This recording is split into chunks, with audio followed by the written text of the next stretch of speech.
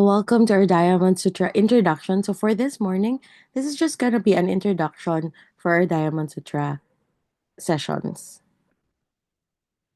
So, Diamond Sutra was translated by Kumarajiwa.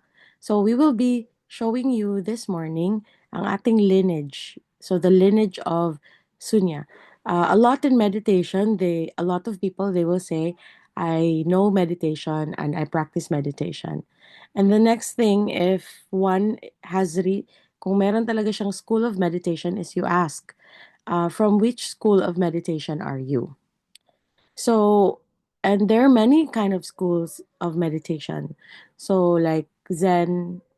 So, actually, ang Sunya is actually part of Zen. It's just that we're using Zen is the Japanese term. And Sunya is the original Sanskrit term, Shunyata. Ganyan. So, so there's a lineage for a lot of the different meditation schools. So ours is directly connected to Buddha. So we're under the Buddha lineage. So Kumarajiwa is part of that. And the one that translated the Diamond Sutra was Kumarajiwa. And that was year 3, and he lived around 344 to 413 CE. So Kumarajiwa was born in Kutcha in year 344 CE. His father was Kumarayana. Kumarayana is a wealthy North Indian from the Great Kashmir. So if you know yung Kashmir na tela or clothing, so and we all know that Kashmir is expensive and all of that. And he was a trader from that area. And that was the father of Kumarajiwa. And before marrying, he was actually a monk before he traveled to Kucha. And then in Kucha, he met Princess Chivaka, and that's when he later disrobed. So, di ba, monks are supposed to not marry. So, he allowed himself to be disrobed and he married the Princess Jivaka. So, si Jivaka naman, this is the mother of Kumarajiwa. And siya yung sister to the king of Kucha. And he actually became a nun when Kumarajiwa became 7. So, yun. So I think their purpose of meeting was just to have Kumarajiwa. Ayan. So Kumarajiwa was known as the Great Translator. Kumarajiwa first studied as Abhidharma under Buddha's Vamin. He was a famous scholar of Sarvastivada school. This is a branch of Agama sect. Ayan. So, anong meaning ng Sarvastivada? Sarva is all or every. Asti meaning exist. Vada means speak, say, or theory. Sarvastivada reasoned that the past, present, and the future all exist. And this was rejected by Nagarjuna as absolutism. So, Kumarajiwa, si Nagarjuna is the master of Kumarajiwa. Okay? And si Kumarajiwa later studied Madhyamaka, which is a doctrine that was promoted by Nagarjuna. So Nagarjuna was said to be the grand teacher of Kumarajiwa, and he was widely considered to be the founder of Madhyamaka. So if someone asks you your lineage, and this is actually our lineage, si Nagarjuna and Kumarajiwa. So these are our early masters. So Madhya mean the middle, attached not to nihilism and absolutism. So it's not about being absolute. Yan yung pinopromote ni Nagarjuna. So according to the classical Madhyamaka thinkers, all phenomena or dharma, yung term ng phenomena is dharma, another term, are empty. So all dharmas are empty or sunya of nature. A substance or essence, svabha, which gives them solid and independent existence because they are dependently co-arising. But this emptiness itself is also empty. It does not have an existence on its own, nor does it refer to a transcendental reality beyond or above phenomenal reality. So it's pretty much just empty.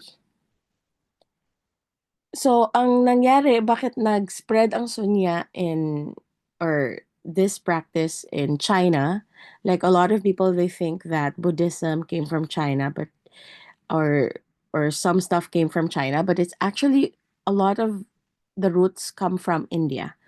So, ang nangyari, in 379, Kumarajiwa's fame reached China when a Chinese Buddhist monk named Sangjun visited Kucha, and he described Kumarajiwa's ability. So Kumarajiwa was so popular in Kucha, and so this Buddhist monk, si Sangjun, visited Kucha, and parang in a way gitabi niya, he shared no to Emperor the greatness of Kumarajiwa. So, si Emperor Fujuan at that time of China ordered his general, si Lu Guang, to dispatch an army in order to conquer Kucha and return with Kumarajiwa.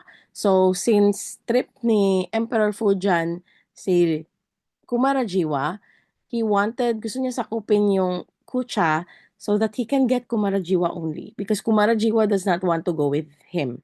Because basically, si Kumarajiwa, he's committed to Kucha. Parang for example, you're a monk living in Davao City, so you wanted to, serve the people of Davao.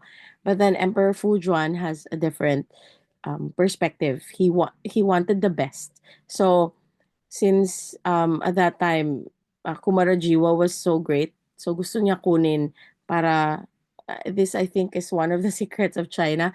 They wanted to get the best and they will get the best. And he was one of the best teachers. So when the king of Kucha refused to let go of Kumarajiwa, they attacked Kucha, and Lu Guang defeated Kucha and killed the king, and then they captured Kumarajiwa. So they took Kumarajiwa and brought him to China. So very funny and what ano yung pinagdaanan ng monk na si Kumarajiwa. But he was one of the reasons why Buddhism spread, the practice of Buddhism. So this is a perfect example of Mahasunya practice. Lu Guang was a cruel general and he was maltreating Kumarajiwa. So he declared himself as king in 386 CE and refused to bring Kumarajiwa to the capital city of China, Chang'an. So 'di ba, ang emperor at that time was Fujuan, but then Lu Guang had different point of view and different ways. So kahit inutusan siya to get Kumarajiwa, he eventually I think defected sa emperor and he wanted to become a king. And so he became a king at 386 CE at hindi niya dinala si Kumarajiwa. So Kumarajiwa became a prisoner at the time, no, instead of being assigned to the temple, he actually became a prisoner, and si Lu Guang like did everything to humiliate Kumarajiwa. So he asked Kumarajiwa to dress in a very funny dress. Tapos he asked him to sit on a donkey so that he can parade through the city and people will laugh at him. And ito yung pinagdaanan ng Buddhist monk, this guy, and forcing Kumarajiwa to break his monk vow and marry the princess of Kucha. So at that time, since he was a prisoner and he wanted to survive, si Kumarajiwa, and so he allowed himself to just marry the princess of Kucha. So even though Kumarajiwa was humiliated and he had broken his monk vow, he protected the sutra under his care and he started to learn Chinese.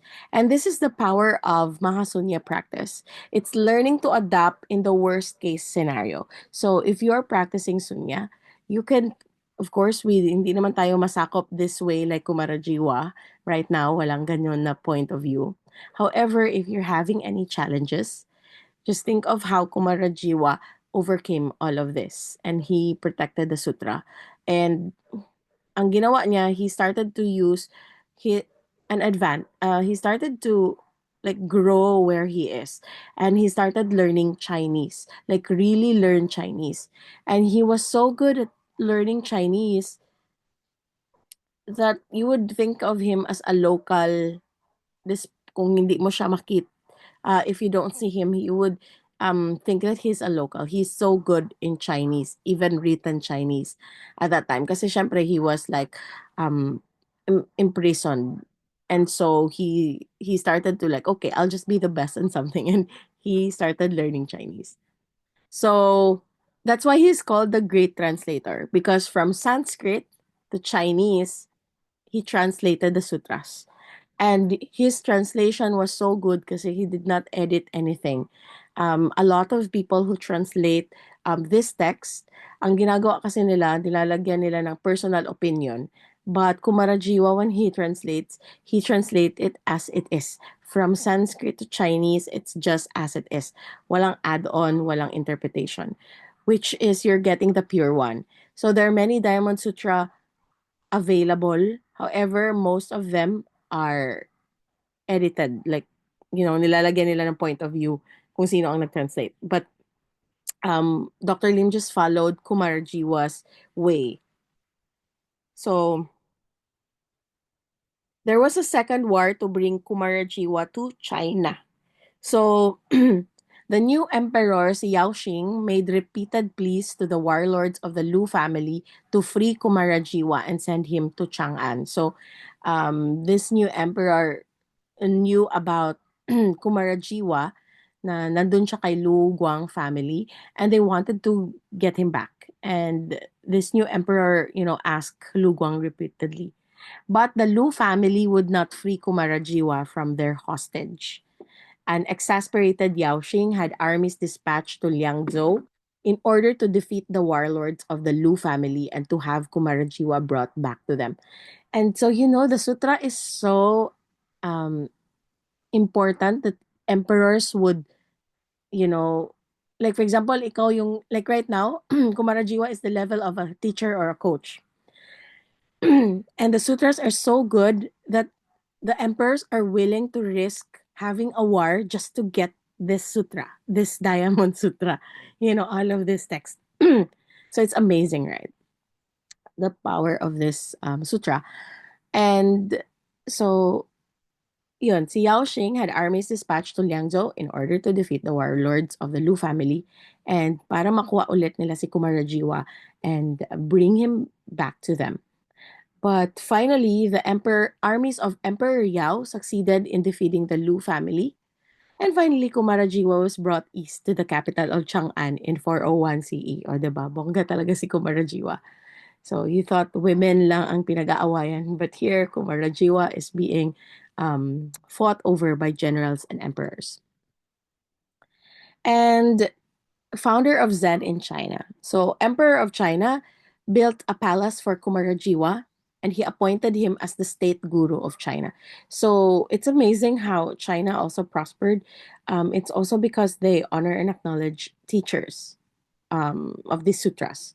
So, he really put so much importance to Kumarajiwa that he became the state guru of China because he's so good now in Chinese and he can teach a lot of people. So Kumarajiwa called the building as Grass Hall Vihara, and he brought 450 volumes of sutra to China.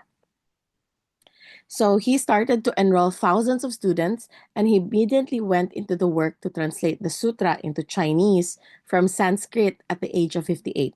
So it's already an old age in ancient time, yung age ng 58, because it was so long of during the war and all of that.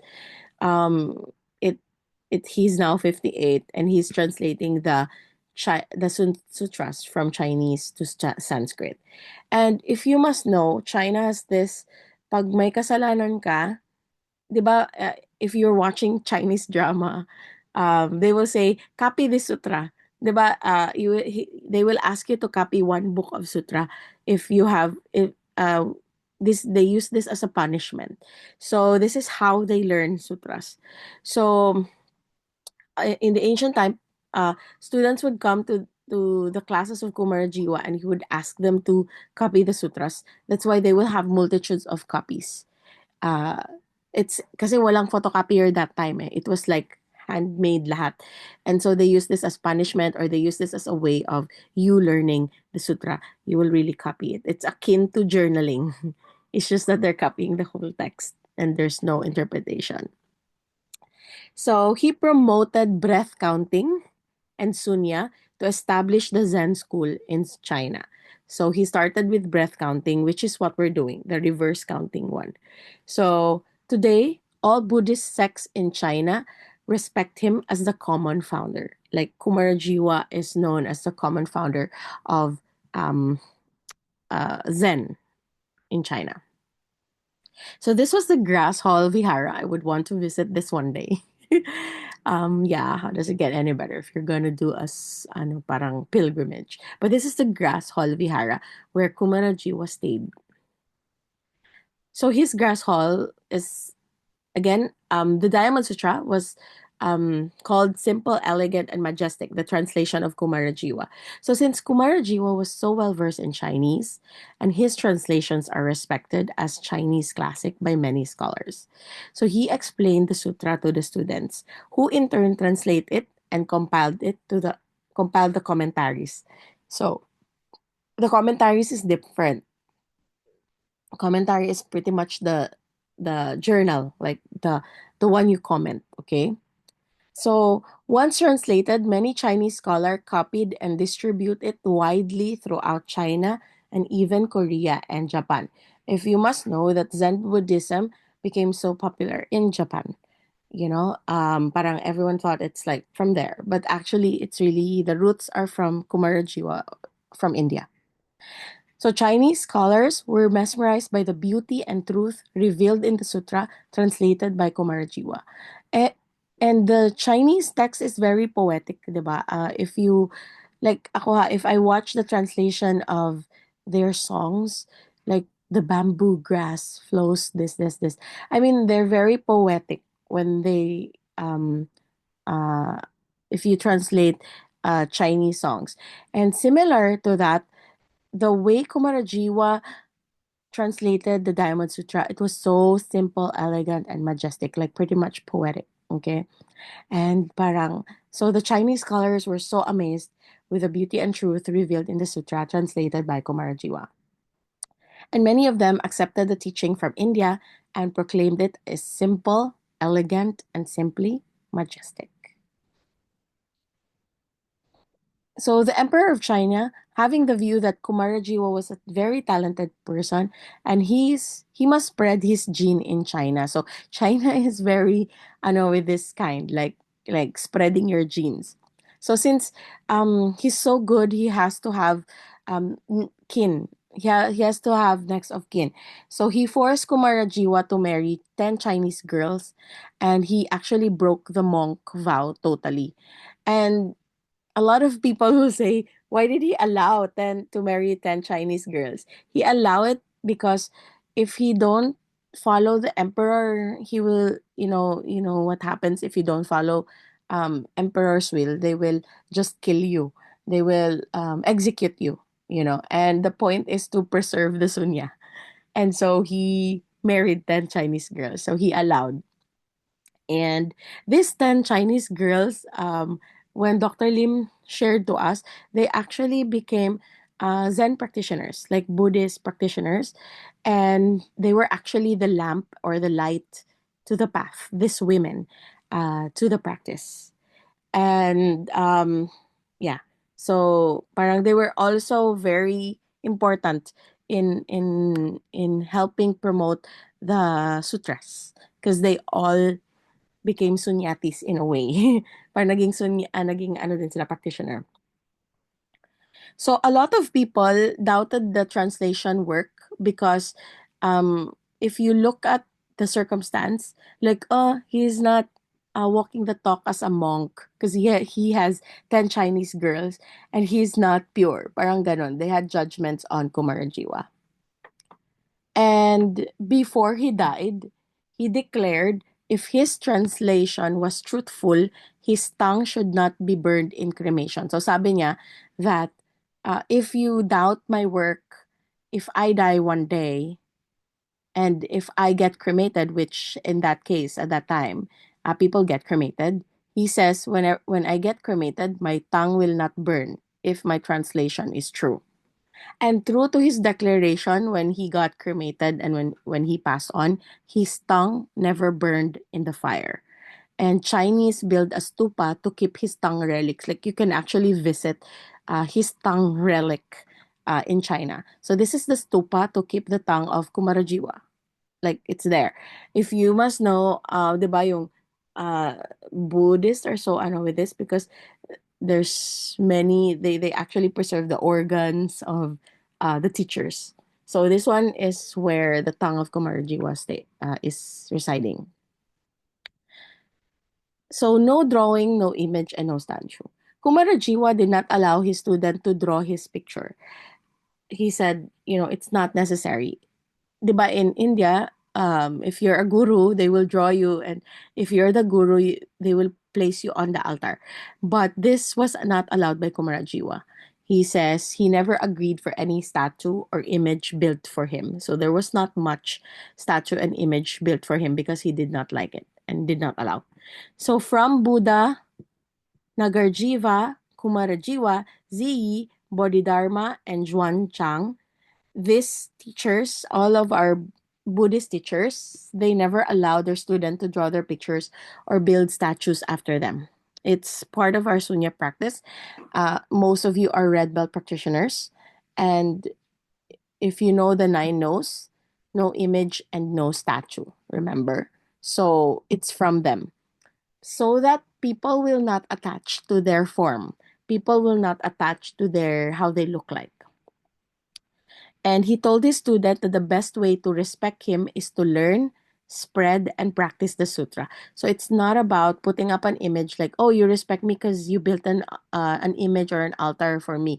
No, the best way to respect your teacher is to learn, spread, and practice the sutra. So that's one of the reasons that I like the our teachers is because they were never this narcissistic, not they want their photos, they want their, of course at that time no photo, they want their statues. So they really are focused on learning, spreading, and practicing the sutra, and not worship his name and form. And he translated many important sutras like Diamond Sutra, Lotus Sutra, Vimalakirti Sutra, and a lot more. So we actually have a lot of sutras that were also translated by Datuk Dr. Lim from Chinese to English.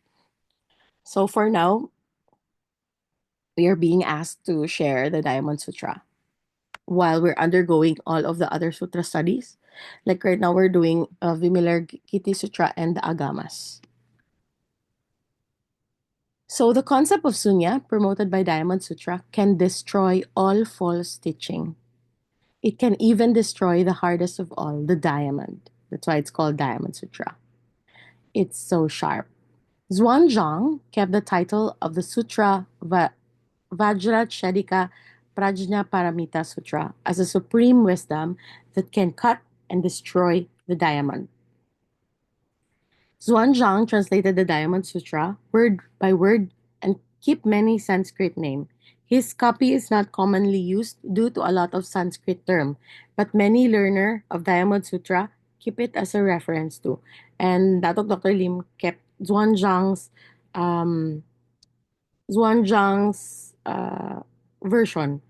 And there's a movie in Zhuangzhang. If you there's a movie, Chinese movie of Zhuangzhang.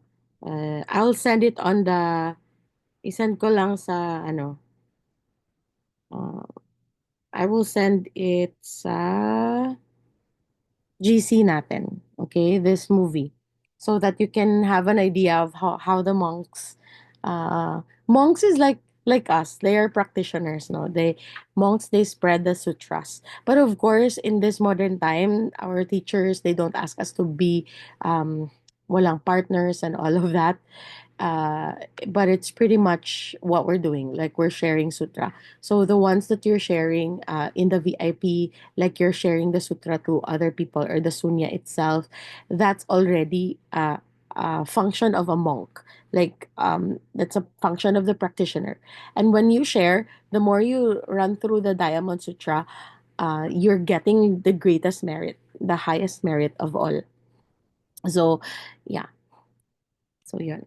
So Xuanzang translated the Diamond Sutra word by word, and he kept many Sanskrit name, and his copy is not commonly used dahil sa Sanskrit term, but it's actually nice to have the Sanskrit term.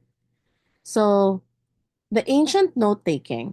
During Buddha's time, note taking was common. Note taking is transcribing in our common term. So, during Buddha's time, a lot of his disciples were learned, meaning they were all scholars. And it was even, ano 'di ba, it was even rumored yung 40 days na wala si Jesus, Jesus actually went to India. That's what the history is sharing, or some hidden ones that they don't want us to know, that actually he went on a pilgrimage to India, because a lot of um, teachers, famous spiritual teachers, they go to India uh, to learn from Buddha, and thus they will spread their um, own way of sharing the gospel ba yan, or however they want to share it. Okay, so Buddha was very inclusive, because at that time Buddha didn't say this is the Buddhism religion. Buddhism religion just came after, when he died. During Buddha's time, he was just a teacher. He was a teacher, and it was just us, the humans, na eventually wanted to make it Buddhism, this and that. It was people who made it a structure. But at that time, he was a fit teacher, and a lot of scholars follow him. And so a lot of his notes are accurate, because these scholars, they just transcribe it, because this was the ito yung utos ni Buddha to just write it. And these are ito yung sutras natin na fina-follow. So what they would do before, Buddha will be there in front of everyone. He would do parang yung ginagawa, yung makita nyo, because I know all of us here are Christian based.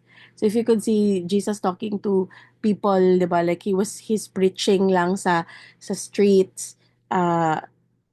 He would just be there and people will crowd. So the same thing ang ginagawa ni Buddha. He will just sit and all of the scholars will listen. And these scholars, they will have bamboo notes and they will write, or this wax coated tablet, and then they will write the transcription, and then they become sutras. Every lesson become a sutra. So they wrote the note with steel stylus pen, and after the teaching of Buddha, many scholars like Sariputra used to gather the notes and compiled it into short sutra. So these notes were compiled, and then they call it sutra. So the sutra was then wrote on the palm leaf using steel stylus. Ink was not used because it can be tampered and modified. So you know that all of our sutras are not edited. Dahil hindi siya gamit ink. Kasi ink can be edited. They can change words. But if you write the note in wax, like mura na siya ka ng semento, di ba? Dili mo siya ma-change. You cannot change it. So, a carved wording in palm leaf cannot be tampered and modified. So, you know you're getting the word as it is. Unlike other form of, this was how strict Buddha was also in note-taking. So that no one can edit it. No one can change the words. And in some, like for example, di ba, the Bible, uh, it's already edited when it was passed down. So, yun, you're not getting the pure one. But here you're getting the as it is. So that's why it's as pure as it can be. So this is an example of a wax coated tablet with stylus, and very historical. So our Diamond Sutra session, the first session is all about the history, so that you'll appreciate more the sutra. So this is how they do the transcribers look. Yan. So this is the tablet, and it actually looks like a cell phone. Diba? Para siyang ancient, like it's like a cell phone. So, this is how they transcribe it. Tapos meron silang stylus, steel stylus pen. Very interesting. So, palm leaf are bounded by the string, and then it is known as sutra. When you bound it on the string, it's called sutra. And it will start, all of the Diamond Sutra, or all of the sutra starts with "Thus have I heard." If you will hear this a lot when we start reading the sutras.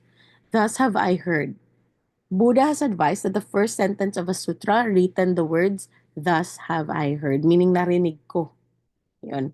Every sutra start with these words, and also where is Buddha during the time of discussion, who are with him, and etc. This is a typical note-taking style for a meeting.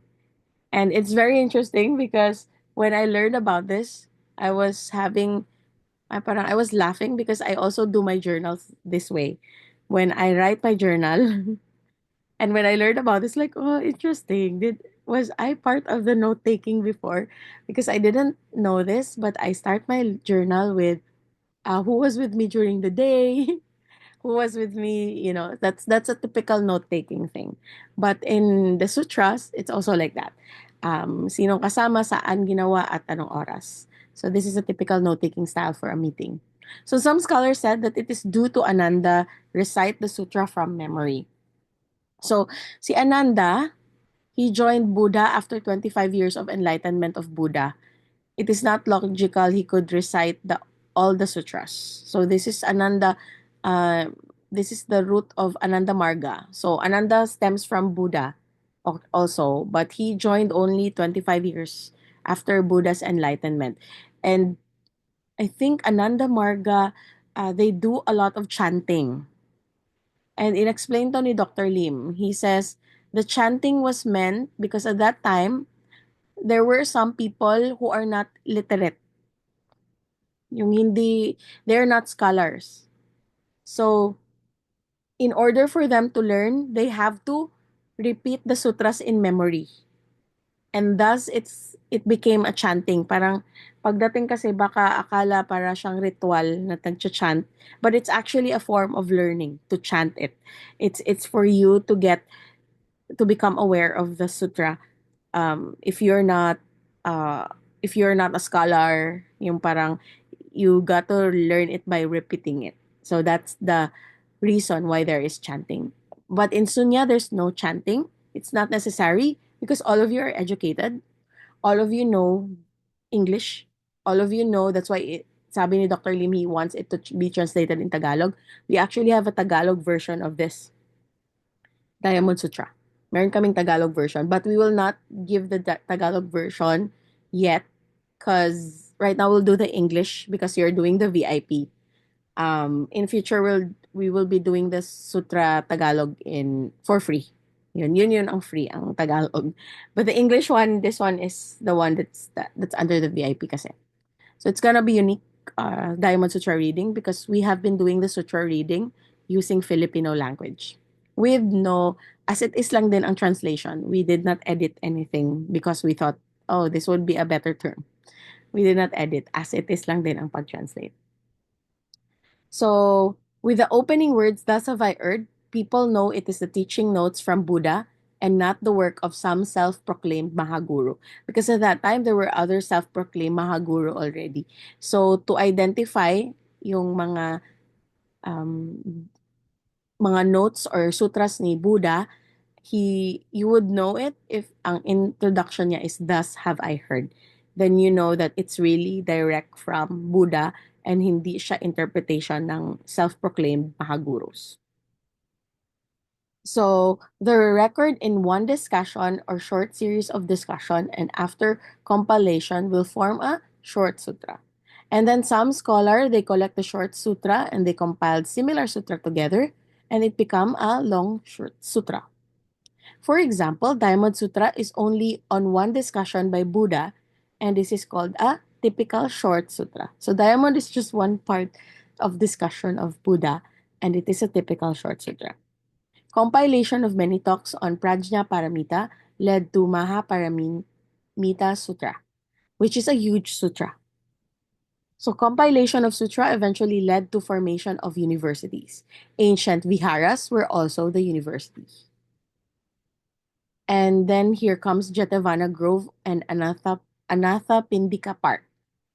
There was a rich merchant and leader of Zoroastrian, the fire worshipper Anatha Pindika, and he decided to build a retreat for Buddha. So again, just mentioning, a lot of the students of of Buddha were from different religion and worship people. So even the Zoroastrians or the fire worshippers, they go to Buddha and they ask for for his like knowledge, wisdom. Okay, so they practice. These are all the leaders of different like religions, sects, and beliefs. Okay, so Si Anatha Pindika, he was very rich. He's a Zoroastrian fire worshipper. And he wanted to buy the land that belongs to Prince Jeta so that he can build a retreat center for Buddha. But he was rejected by the prince. The prince was joking and said, I could sell the land if it's covered with gold, sabi niya. And Anatha Pindika started to cover the land with gold. Some said with gold coin, but coin is not invented at the time. So most probably he hit the gold to form gold sheet and covered it. So he covered the land with gold. It was very literal. And the prince was shocked by his boldness and he requested to see Buddha. And he wondered who was Buddha to make Anatha Pindika so generous to offer the land. So that's how amazing the sutras are. These rich people, they would like do everything just to give to Buddha. So amazing. And then Prince Jeta told Anatha Pindika, even if he covered the land with gold, the trees still belong to the prince. He wanted to meet Buddha and he wanted to see how. So after meeting Buddha, the prince was overwhelmed with joy with the Dharma talk. He was so amazed when Buddha talks. He donated the trees and the land. Then Anatha Pindika used the money to build the retreat. So it was altogether a joint force between the prince and Anatha Pindika.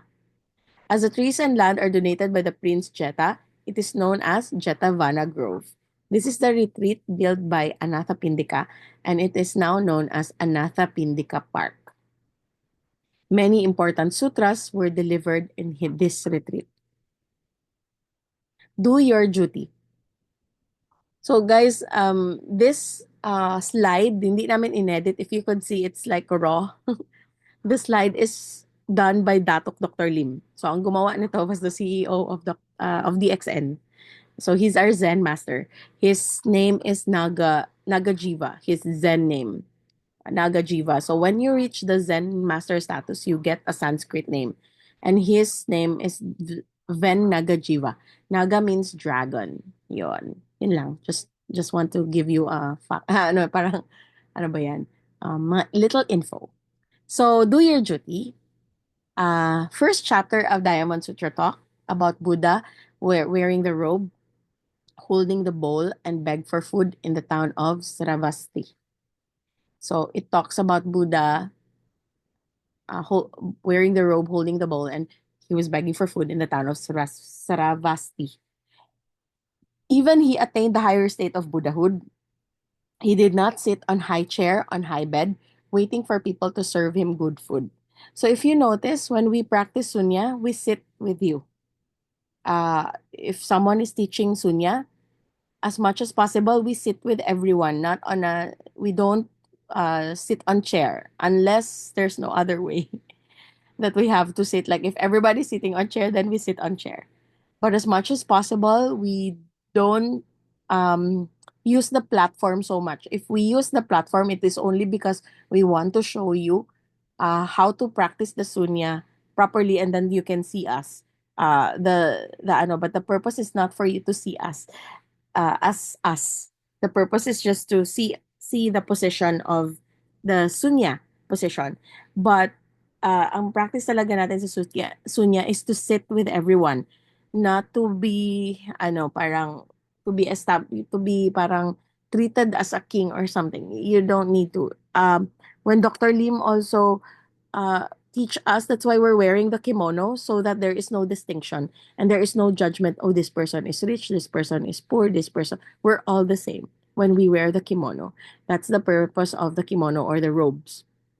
It's not because we want to identify para maiba tayo. No, it's not about that. It's about when we sit together, we drop our titles, we drop our who we are outside, like I'm the owner of this, I'm this.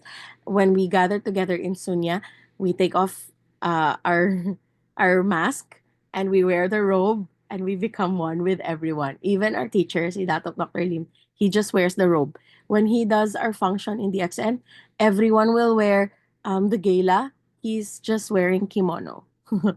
He's so amazing. So the same thing. He will wear the same robe and eat the same food as his disciple. And there is no Mahaguru system in his teaching. Mahaguru is, the teacher is more important than the student. But in the system of Sunya, everyone is important. There's not one, less. Okay? In Mahaguru system, the guru makes sure he wear the dress differently, and he shall never take over his role to teach. Like, that's why in Sunya, you're allowed to teach people. You're allowed to share the Sunya. It's not even like, uy, hindi ka pwede mag-share. You can share. You can share. It's just that we have the red belt certification classes. It's for you to, when you share, of course, you're not translating it on your own. We have a text we're following. So yun lang yung purpose ng mga red belt certifications, for you to know the nine no's, for you to know the the sutras. Yan. So again, in Mahaguru system, the guru make sure he wear the dress differently, and you shall never take over his role to teach, which is the opposite of what we're doing. But Buddha show a good example to get your own food, wash your own feet, and prepare your own seat. So you do it on your own for yourself, and everybody does the same, and it's easier work. No one is serving one another because we're all the same. And in Sunya, we have what we call the supreme and celestial practice.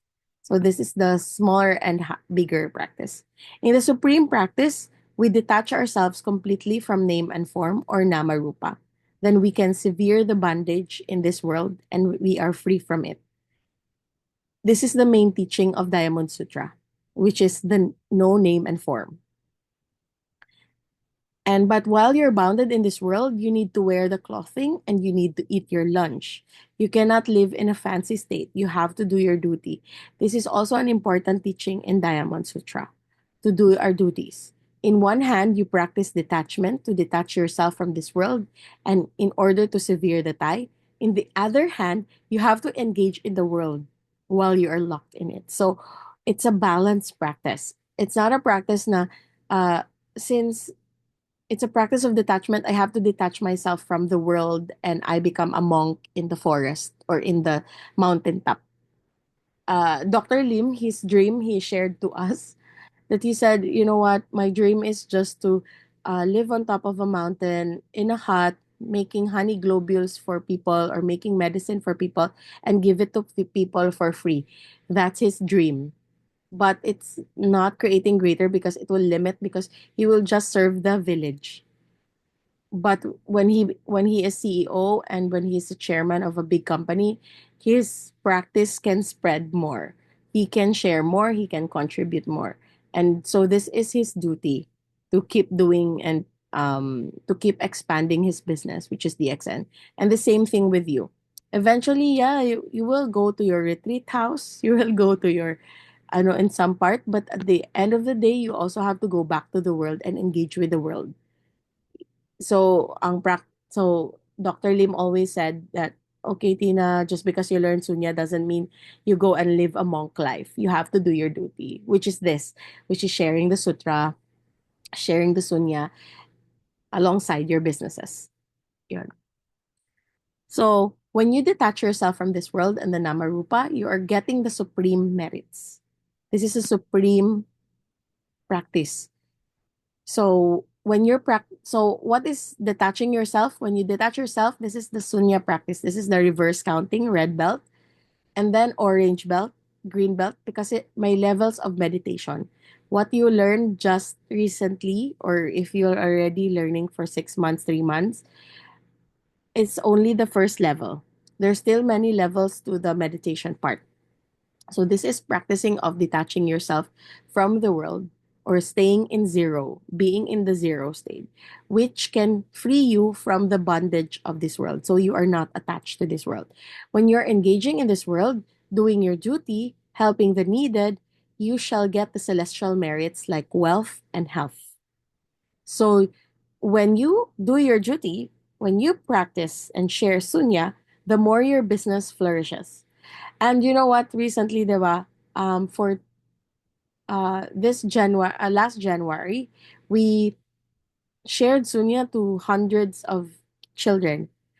And this January, our business peaked. Nag-peak siya in terms of sales. Like, we had an influx of sales. that we never expected that did not happen on December.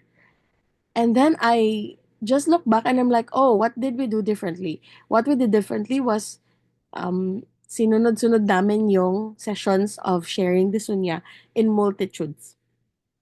And thus, sunya blesses the businesses. So it's a long side. But of course, don't do sunya. I'll do sunya so it will bless my business. No, it's not the other way. It's just a result. It's just you getting the celestial merits when you're doing your duty and helping the needed. You can't help but just expand. DXN is now $1 billion company only because he uses this practice. He Dr. Lim shared to me like, Tina, if you want to, really really grow big and rich, just practice the sunya and do your duty. So don't stop at practicing sunya, like sunya ka lang lagi. You next step is sharing. That's your next step. As simple as sharing to a friend. You don't have to do it in crowd, but if it's possible for you, like if someone invites you to share, do share, guys. Share lang talaga. That's one of the key to, because the more you share, the more you teach, the more you have insights. Okay? So focus only in Diamond Sutra stress that supreme and celestial practice cannot be separated. So you have to do the supreme and celestial practice both. Okay? And focus only in one and ignore the others always lead to wrong practice. Like, kung lagi ka lang din nag-share, but you don't practice the sunya personally, you don't detach personally, it's also not a contribution. You have to be in integrity. You practice both the supreme merit and celestial merit. You have to do both. That's why the ACIM dailies is actually training you for that. Yung Sunya daily natin, it's leading you towards that. That's one of the purpose and the reason. So, Samatha and Vipassana. In Diamond Sutra, we are taught to detach ourselves from Namarupa and achieve focus and peace of mind. Ito yung basis for Samatha practice. Samatha and Vipassana, this is a very popular practice. Like Vipassana practice, there are many, yung 10-day silent meditation, that is Vipassana. That's the Vipassana community. Uh, you sign up with them for 10 days. There's a 1 year wait list. 10 days, wala kang cellphone. You just do meditation. So that's the Vipassana retreat. So this is also one school and it's actually part of Sunya also. In Diamond Sutra, we are taught to detach ourselves from Namarupa and achieve focus and peace of mind. This is the basis for Samatha practice.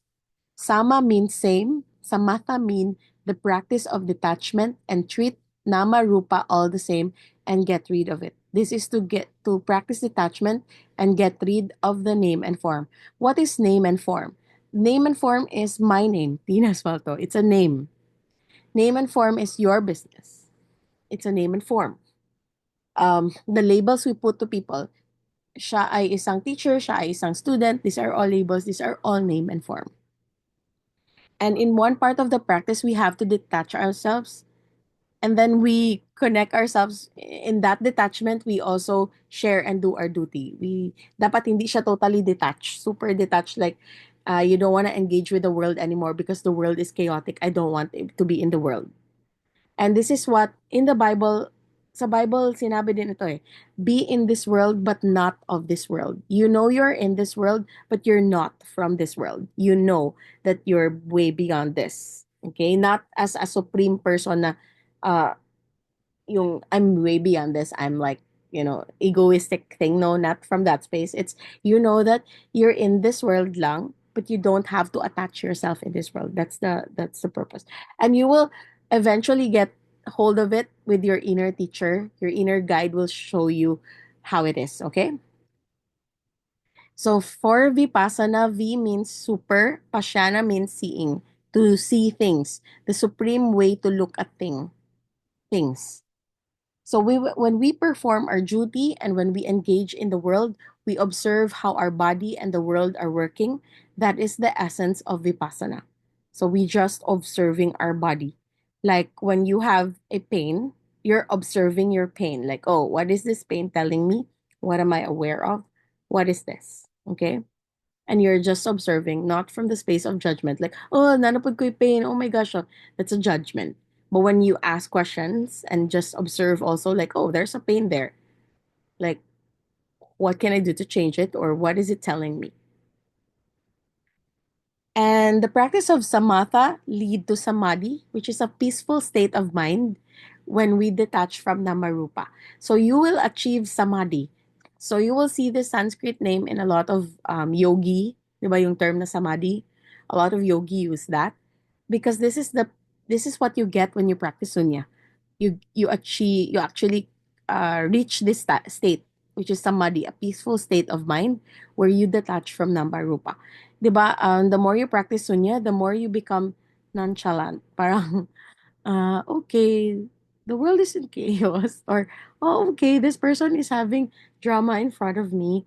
You're not judging the person anymore. It's like, okay, you're having the space of you're not in their world anymore. So practice of vipassana can lead to engagement of namarupa, and that can lead to prosperity. When you detach, it can actually lead to prosperity. When you detach and do your duty, it leads to prosperity. That's why if we have any aim in Sunya, it's only peace and prosperity. These are the two aims of Sunya. And this is the core teaching from Diamond Sutra. So if you notice, we just keep saying, cheers for peace and prosperity. So in Sunya, when you practice Sunya, you can achieve the samadhi, which is a peaceful state. That is where the peace comes in. And the practice of vipassana can lead to engagement of namarupa, which is detachment of name and form, and then doing your duty. Then it can lead to prosperity. So peace and prosperity. That is what you will receive from practicing the Diamond Sutra. And thank you so much for staying with me for the past for the past 56 minutes and practicing Sunya and learning about the history of Diamond Sutra. Tomorrow we shall on Thursday 7 a.m. Darlene will do the first part of will do the reading of the sutra. We have 9 more sessions to go for this nine readings. And I hope this has been a contribution to you. I will send you the recording only of this introduction, but yung other succeeding notes, there will be no recording because this one is the history kasi. So we will have the recording so that people can catch up. Okay? So I hope you enjoyed. Thank you, Mr. Jane. Good morning, Trisha. Hello, Miss Mom Eva, Miss Georgia, Ate May, Miss Rowena, and Miss Jaya and Mr. Jane. Thank you for being here with us this morning. And in behalf of Darlene and Zai, uh, enjoy and what else is possible. And cheers to peace and prosperity.